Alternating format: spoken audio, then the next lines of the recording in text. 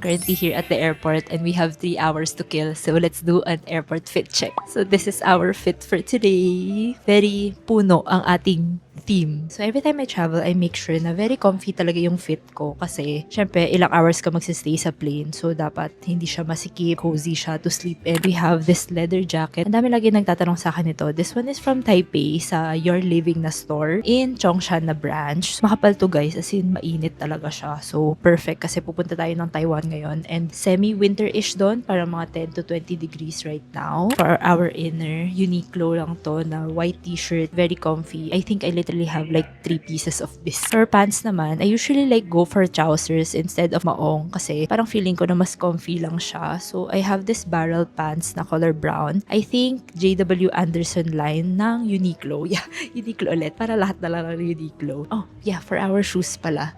I have, hindi ko update. And for our shoes, ito siya guys, ang cute nito. Parang leather thingy siya na nabili ko sa China. It reminds me of the Puma Speedcat Go that I have. For our carry-on, I have the Bash in Sage. For our travel bag, we have the Folipage. O diba? Very puno talaga ang atake natin.